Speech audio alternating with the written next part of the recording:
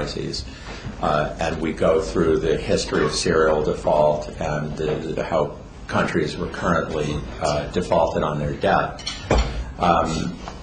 In studying this, one of the issues is simply figuring out what a default is and how you very precisely define what a default is. But another, since we want to be quantitative, we want to say what levels of debt, what's a problem? Is 60% of GDP a problem, 60% of income? Is 100% a problem? What is a problem? Well, you would be amazed, but actually getting that data is unbelievably hard, even for the modern times.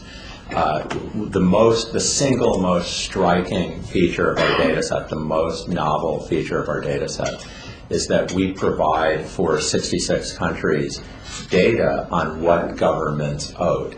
You say, you've got to be kidding. I mean, don't I just look that up at the International Monetary Fund? No, that data is not published. What you can get is, say, what Argentina owes to foreign creditors. You can get what we call external debt, debt that is owed based on jurisdiction in New York, London, Tokyo. But what you cannot get, any long time series, and by long I mean 3 years, you cannot get time series on public debt, which includes debt owed internally.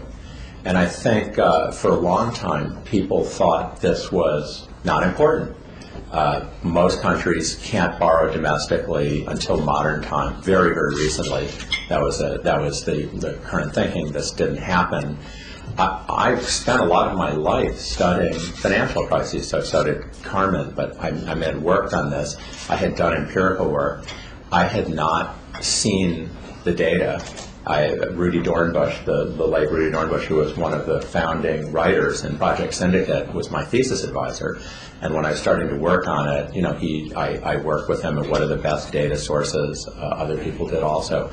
We weren't aware of it.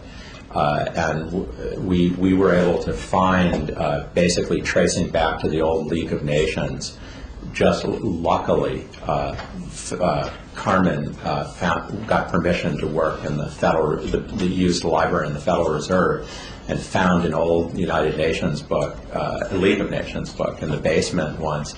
Wasn't looking for this, but saw this data, and that sort of started us off on this hunt.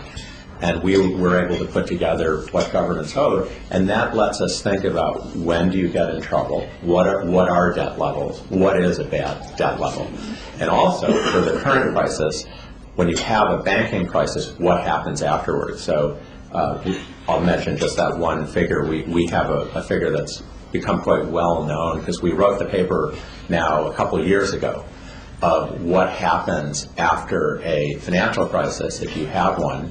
We've been using this for a while, and we find that domestic debt, this public debt, say for the United States, the 11 trillion number, tends to roughly double within a few years after a crisis. The United States is well on its way so far, but we were only able to do that because we had put together this data series for what had happened before. And you may just think, well, I first became aware of this maybe 6 or 7 years ago that it didn't exist. And we got a little bit of it when I was at the IMF, using my, shall I say, influence as chief economist at the IMF to get a few countries to give us some data, 5 or 10 years.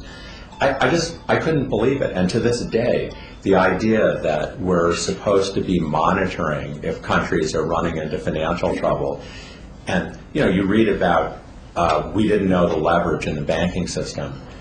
We have not been keeping any kind of long time series frame of reference on the debt the government owes, and so how do we think about what when we're in trouble or not?